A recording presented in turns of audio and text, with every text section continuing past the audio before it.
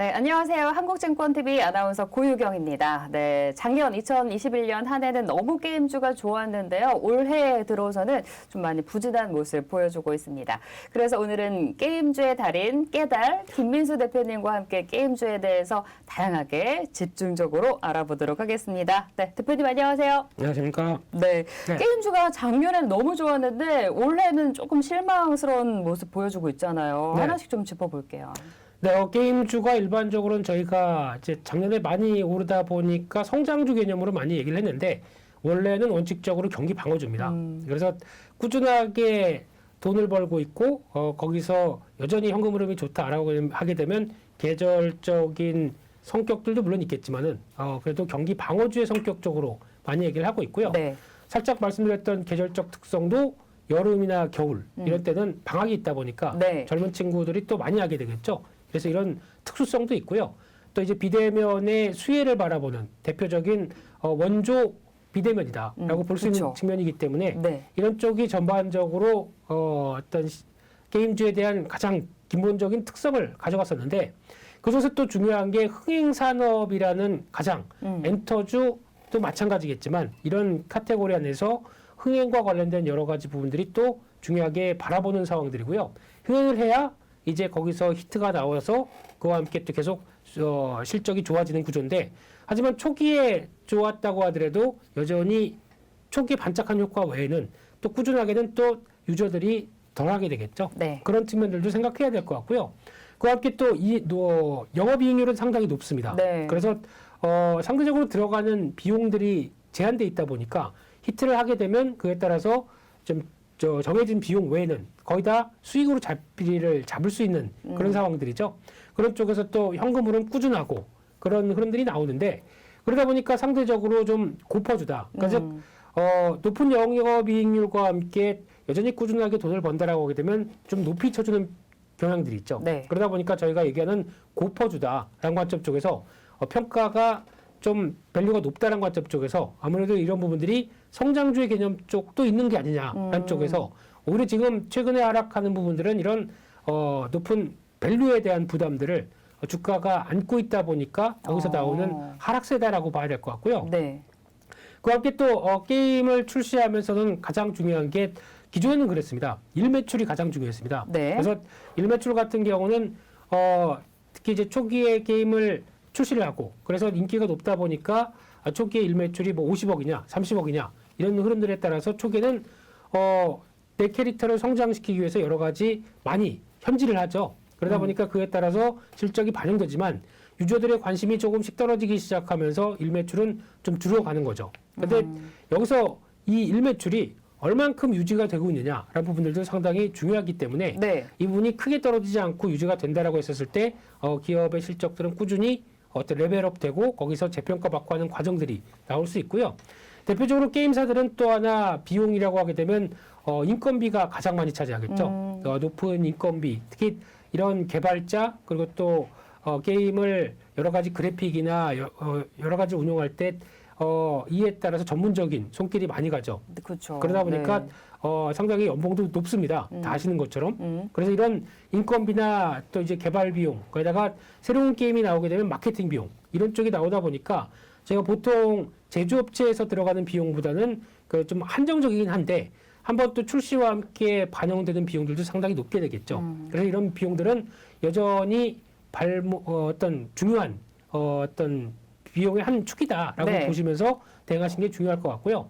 게다가 또 게임주는 아직까지도 정부의 각국의 정부들 또 이쪽에 대한 정책과 규제가 영향을 받고 있겠죠. 네. 그래서 대표적인 중국도 마찬가지겠지만 우리나라도 아직까지 게임에 대해서 중독센터라는 게 있죠. 중독치료센터. 네. 중독센터면 안 되죠. 네, 그런 쪽에서 어느 정도 정부가 보조를 하고 또 이런 중독에서 벗어날 수 있게 만들어주는 만큼 이런 쪽도 하나 중요하게 바라봐야 될 하나의 규제 산업이긴 하다. 네. 그런 쪽도 눈여겨보셔야 될 것 같습니다. 네, 게임주의 일반적인 특성에 대해서 자세하게 좀 설명을 해주셨고요. 최근에는 그런데 게임에 좀 트렌드가 변화하고 있잖아요. 예전에 네. 뭐 돈을 쓰면서 게임을 해야 됐다면 이제는 게임을 하면서 돈을 벌 수 있는 이제 P2E 사업으로 가고 있는데 이런 변화도 한번 짚어볼까요?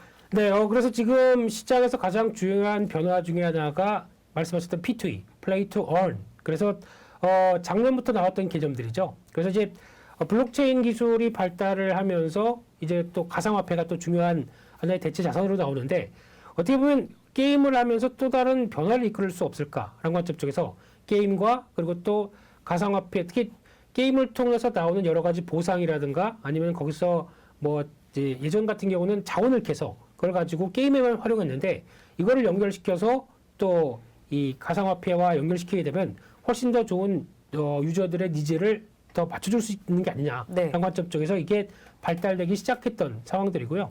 그렇게 되면은 우리 게임은 이런 코인을 이용한다라고 하게 되면 이 코인 밑으로 다 같이 모여라라는 현상들이 나오다 보니까 가장 먼저 보여줬던 게 위메이드죠. 네, 그래서 위메이드가 위믹스라는 코인을 기점으로 해서 우리 생태계로 다 같이 모이면은 특히 게임 하나만 가지고는 아무래도 영향력이 낮겠죠. 네. 그리고 여기서 연결되는 또 재화와 그리고 또 코인과 연결되는 고리가 하나의 게임뿐만 아니라 다른 여러 가지 게임들이 다 같이 이를 통해서 나도 위믹스를 통해서 교환하고 그렇게 되면은 이런 게임들이 다 교환 가치들이 생기다 보니까 이 어떤 게임사들이 같이 참여할수록 오히려 해당되는 코인의 가치는 더 여전히 유지되거나 높아질 수밖에 없고요.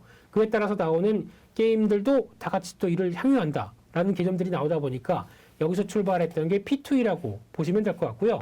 그러다 보니까 각 게임사들도 나도 해라는 관점 쪽에서 이제 또 컴투스가 또 우리도 합니다. 이런 쪽에서 컴투스의 또 C2X라고 하는 기반으로 또 이제 컴투스 홀딩스가 주축이 돼서 컴투스의 가장 중요한 또 IP죠. 이 서머너즈 월을 또 이쪽으로 내놓겠다라는 관점 쪽에서 컴투스도 하나의 축으로 만들어지기 시작하고 네오위즈도 우리도 꽤 괜찮은 게임 많은데 라고 하면서 네오플라이라고 하는 또 이 가상화폐를 통해서 네오위즈가 또 한번 같은 비슷한 생태계를 구축을 해나가고 있는 상황들이고요.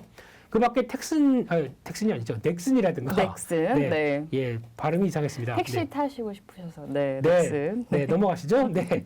넥슨 그리고 또 카카오 게임즈도 이번에 카카오 게임즈의 또 프렌즈 게임즈나 넵튠 이런 회사들이 있죠. 이런 쪽도 같이 우리도 메타버스와 이런 가상화폐 쪽을 같이 연결하겠다라는 관점 쪽에서 어떤 이 생태계를 구축해가는 과정이 나오다 보니까 여기서 나오는 부분들이 오히려 이를 잘 또 연결해가고 있다라고 하게 되면 아마 이런 독자적인 어떤 가상화폐 쪽에서 나름대로의 생태계를 이어간다라고 하게 되면 이런 부분들이 아마 나중에는 통폐합될 수도 있다고 봐야 될 것 같죠. 네. 오히려 이쪽이 세력이 너무 크다. 그러면 우리 거 가지고 좀 힘들겠는데 그러면은 그냥 우리도 저 거를 쓸까라고 하는 이런 현상들도 나올 수 있고 아니면 새롭게 나오는 다른 아직 구축하지 않은 게임사들은 다 그나마 눈치를 보다가 제일 많이 걸어야 되는 게 어디지? 그럼 그쪽으로 가자라고 하는 이런 통폐합이 나올 수도 있겠다라는 부분들이 네. 가장 눈여겨봐야 될 것 같고요.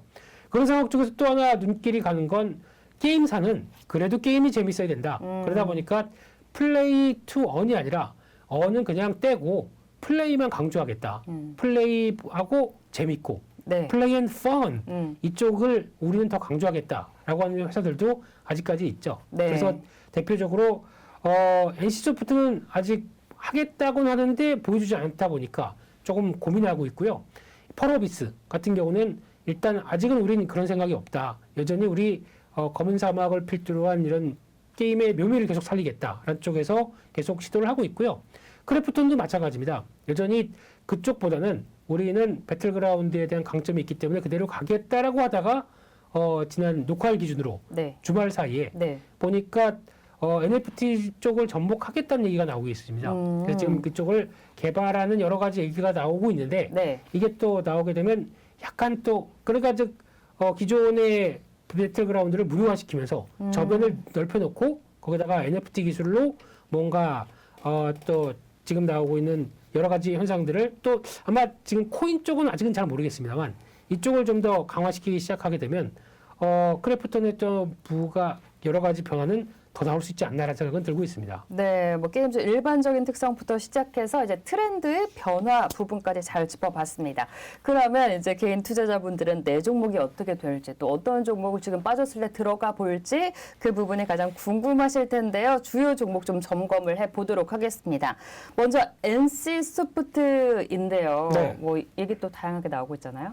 네, 앞서 잠깐 언급을 드렸었죠. 그래서 아마 총 기준으로 중요한 회사들 몇 개를 살펴보게 되면은 네. NC소프트 같은 경우 일단 리니지죠. 리니지가 그쵸. 다 있습니다. 네, 그래서 뭐 여러 가지 뭐 블레이드 앤 소울이나 게임이 있다고 하더라도 리니지의 영향이 너무 강력하다 보니까 어떻게 보면 하나의 IP를 가지고 있는데 다른 게 보강할 수 있을까라는 질문이 계속 나오고 있는데 여기가 아직 조금 답을 못 해주고 있다라고 봐야 될 게임사라고 봐야 될 것 같고요. 그래서 이번에는 리니지 W로 뭔가 해보겠다라는 쪽에서 어떤 그때도 초기에는 또 여러 가지 얘기도 많았지만 하지만 이제 리니지를 보면서 가장 또 가슴 아픈 현상은 확률형 아이템과 관련된 논란이죠. 그러니까 즉 그 확률형 아이템이 발생한 그러니까 즉 제일 좋은 아이템을 살려면은 전설 무기를 살려면은 네. 확률이 얼마가 되느냐 공개를 안 합니다. 그런 쪽에서 그러면 뭐 0.0001%다. 나는 그걸 하기 위해서 돈을 계속 쓸 수밖에 없는 거죠. 그러다 보니까 유저들의 반발이나 여러 가지 지금 그렇게 돈 번 거 아니냐라는 쪽에서 좀 많이 부담스럽게 이어져 왔다가 그럼 이를 얼만큼 또 변화를 시켜야 되느냐라는 부분들이 또 하나 중요한 상황들이겠죠. 네. 그래서 개선에 대한 욕구는 있겠지만 만약에 이게 개선된다라고 하게 되면 그 NC소프트가 갖고 있었던 수익성은 기업 입장 쪽에서는 많이 떨어진다고 봐야 되겠죠. 그러다 보니까 이러지도 못하고 저러지도 못하는 현상. 그런 쪽에서 그래도 게임은 강력한 리니지라는 IP가 있기 때문에 거기서 게임을 또 사람들이 안 하지는 않거든요. 그러다 보니까 유지는 되는데 논란이 많다 보니까 예전에 바라봤던 NC소프트의 밸류를 많이 좀 훼손하고 있다. 그런데 이를 또 변화가 나오기 위해서는 P2이죠. 그래서 이런 한다고 했는데 아직 그 뒤로 전혀 얘기가 없습니다. 네. 그래서 우리도 가상화폐 시장과 함께 연결되는 어떤 부분들이 나올 것이냐라는 부분들에 대해서 좀 더 체크할 필요가 있다고 봐야 될 것 같고요. 네. 그래서 NC소프트를 바라보게 되면은 지금 기조로 봤을 때 주가상으로 봤을 때도 한번 좀 논란이 있었죠. 이때도 이게 그 오스템 임플란트 직원이 뭐 샀다라고 해서 지금 논란이 좀 있었던 네. 흐름들. 그 이후로 주가는 약간 하향세입니다.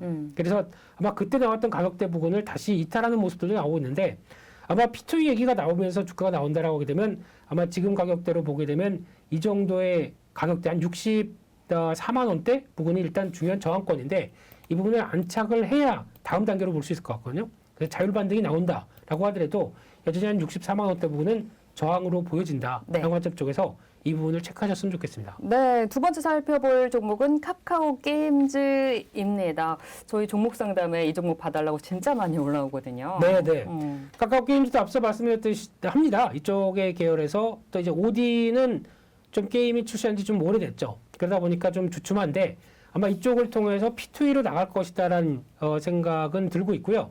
그와 함께 또 여기서 나오는 개발사를 인수하고 또 이제 상장에서 돈은 많다 보니까 여러 가지 자회사와 함께 가능성은 높습니다. 네. 하지만 지금 주가 패턴을 보게 되면 아무래도 너무 뜨겁게 부각을 받았다가 이런 부분들이 좀 식고 있다라는 관점으로 봤을 때 일단 가장 중요한 가격대는 제가 보기에는 이 가격대 약 한 7만 5천 원대 부근 정도쯤에서 일단은 저항이 좀 심할 것 같고요. 네. 이런 쪽에서 확인이 돼야 다시 한번 지난 개파락이 크게 나왔던 가격대 8만 원대 들어갈 수 있는 변화가 나오지 않나 싶은데 결론은 지금 게임주들이 부진한 현상들을 좀 딛고 그래서 한 1차 저항, 2차 저항들을 확인하는 가격대가 중요하다는 쪽에서 아마 7만 5천 원대 이상에서는 점진적으로 좀 너무 비중이 많았다라고 하게 되면 좀 줄여가는 게 맞지 않나라는 생각이 들고 있습니다. 네, 카카오 게임즈까지 짚어봤고요. 그리고 이제 또 너무 뜨거운 감자죠. 위메이드 얘기를 또 해봐야 될 것 같습니다.